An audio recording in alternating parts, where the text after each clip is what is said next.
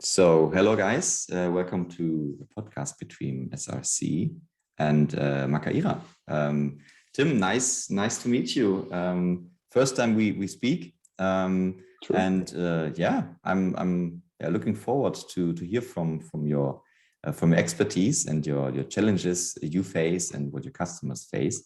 And yeah, maybe it's time for you to introduce yourself. Well, thank you, Til. Nice to meet you too. Tim Grootendorst. I work for SRC. SRC is a company from the Netherlands. We're an experienced solution provider in the domain of product information. And what we do is we help businesses to achieve and maintain product data excellence, so that you're in full control of your data. And we do that from the Netherlands, like I said. We're a small town in the north of Holland. It's called Hoorn, for the experts knowing us. And it's pretty small town, but it's a lovely city. And yeah, like I said, we do that with 30 colleagues and helping our customers in that domain. And you, Makaira, we've met first time in person, but I know Makaira for a bit longer. So what is your role there? So first of all, perfect pronunciation. We talked about that earlier. Makaira. Yep. It's a fish, basically. Yeah, it's a very fast fish. So Makaira stands for speed. Yeah, we do headless commerce, headless CMS, if you want to call it like that. And as you said, you help people, we help people as well. We help people getting the flexibility back in the front end. Yeah, being able to put content on your front end, telling stories about your products and about what you do. And our goal is to give you a nice and good front end, which is fast and flexible in 10 or less days. So yeah, that's pretty cool. And yeah, we have stuff to talk about, I guess. Yeah, I think we have a lot alike. I mean, we both focus on, I think if I can summarize it, on product information, on data amongst about products. And I think that is, at least is what we see the biggest challenge nowadays. Consumers asking more and more information before they make a buy. With the internet, it's so easy to compare. It's so easy to see what your competitors are doing. And we see a lot of companies struggling to get the right data to the right destination, I would say. Yeah. So how do you see that with your customers? Is that something you see, and what are the details in that? Yeah. So basically, as you said, data is necessary, and good data is very good. And I guess your front end or your shop is just as good as your data is. Said something with the weak link. We can come back to that later. And yeah, many shop owners grew with like the COVID and everything around them, and sometimes forgot about their data and their PIM. So what they challenge is, for example, like the flexibility in the front end, but also the quality of the data that is necessarily needed in today's e-commerce business, I would say, since, as you said, like the increase of the information demand is getting bigger, and the competition is getting bigger. People are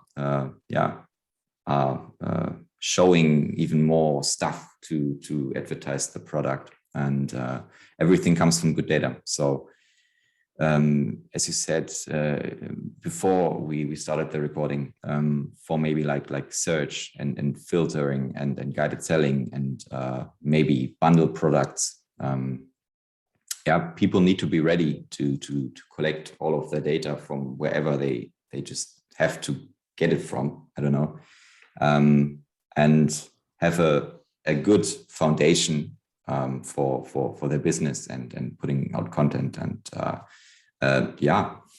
even I don't know, maybe selling stuff somewhere else, maybe not just the front end, maybe somewhere on the point of sale or something.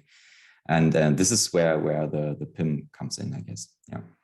Yeah, you trigger me with the word foundation. I think COVID over the last couple of years proven that now even those companies not having online presence were forced to. But you also see that over the last couple of years, more and more marketplaces pop up. We all know eBay, we all know Amazon, we all know the big ones, but there are literally thousands of them worldwide.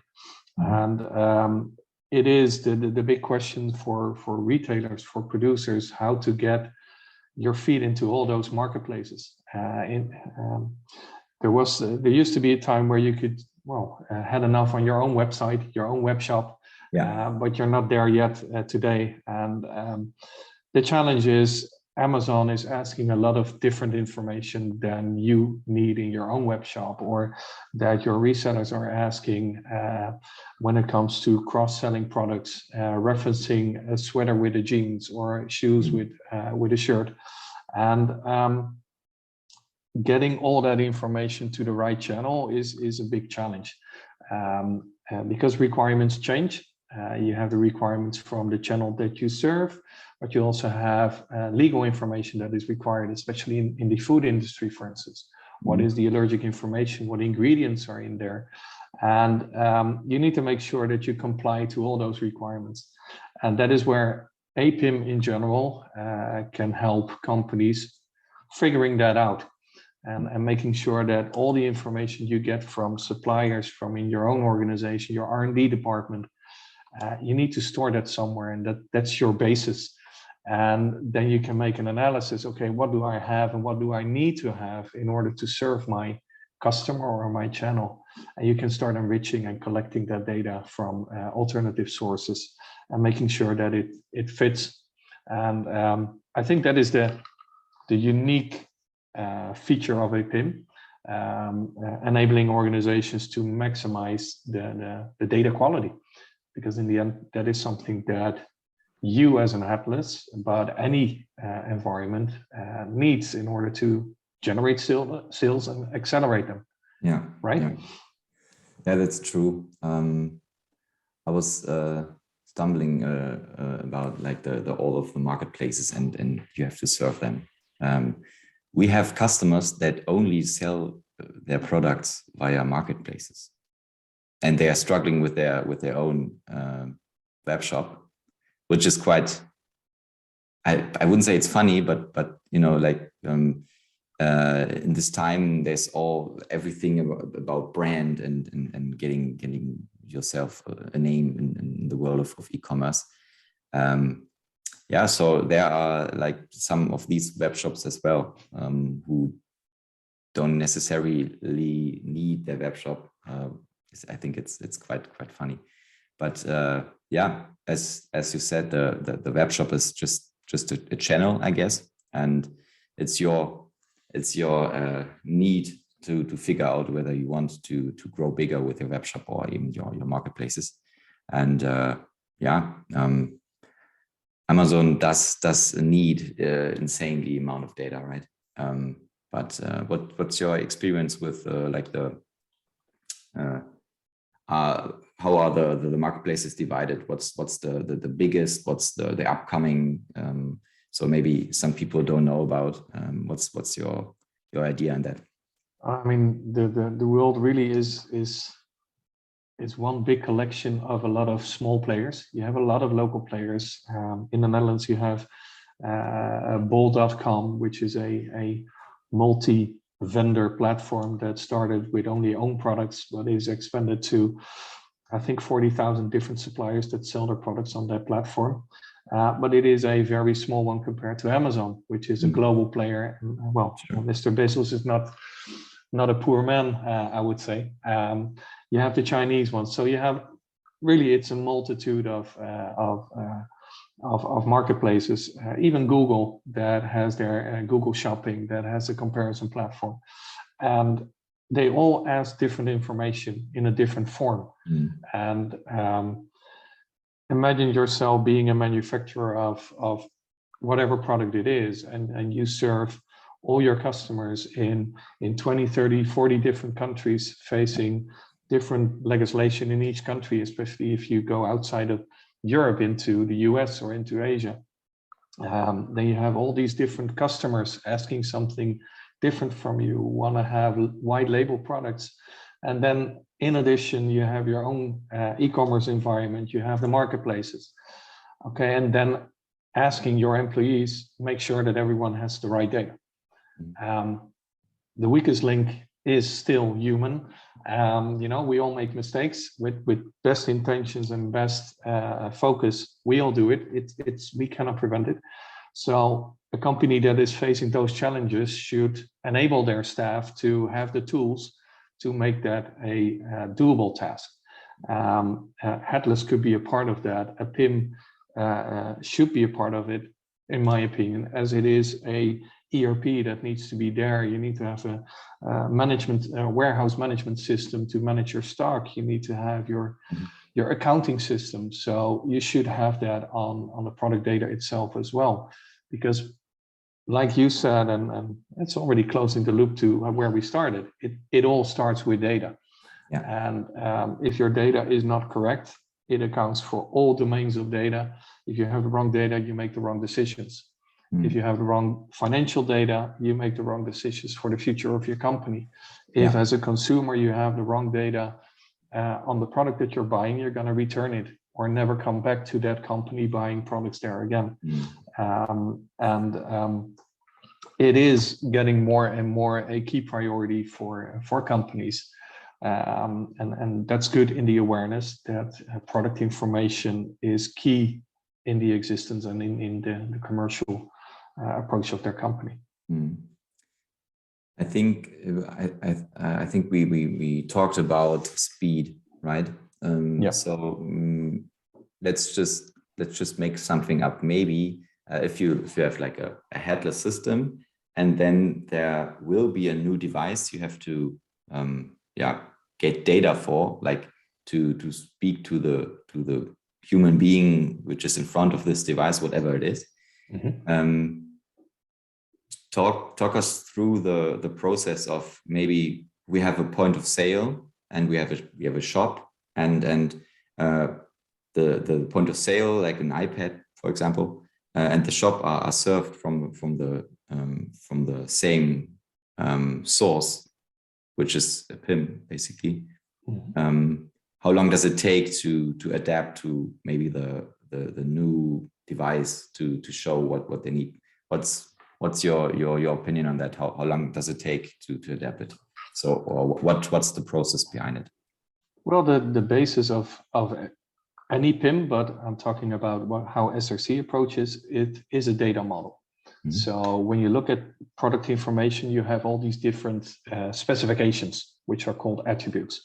It could be the dimensions of a product, the color, the functionality, the weight,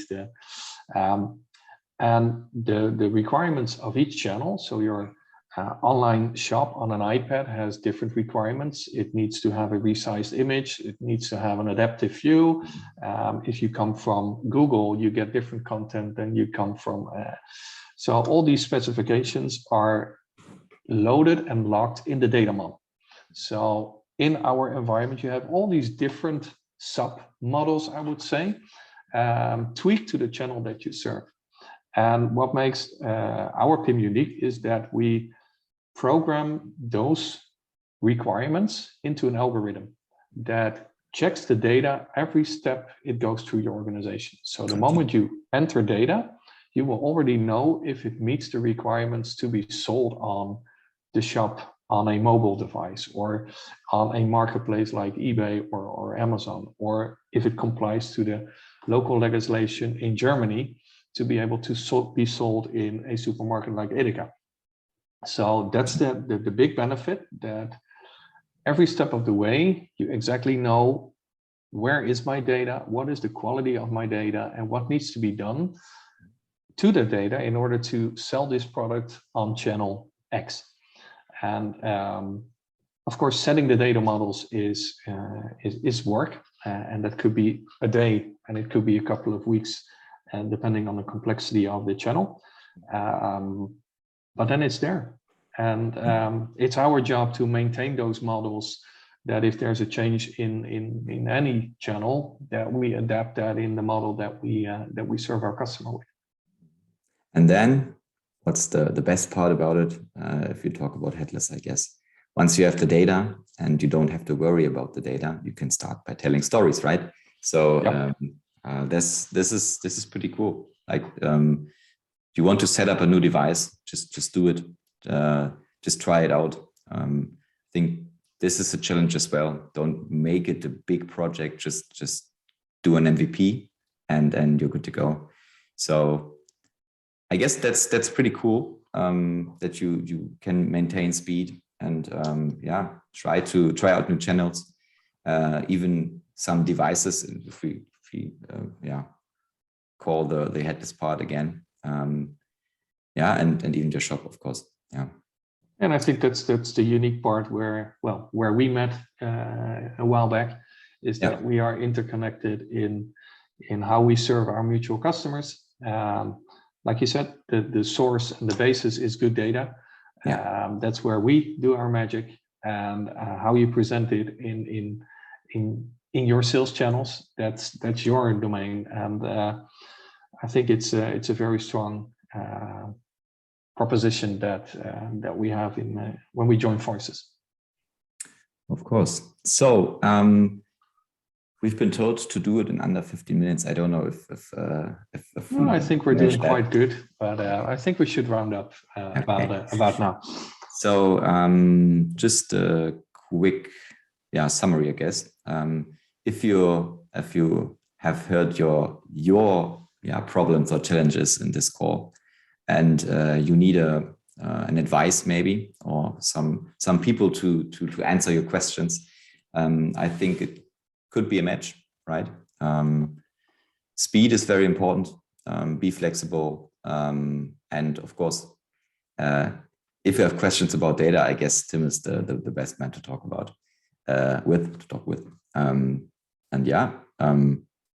I would say thanks for your time, and thanks you too. Thank you. Maybe you have a small roundup as well. I would say to all the viewers or listeners, thanks for being here.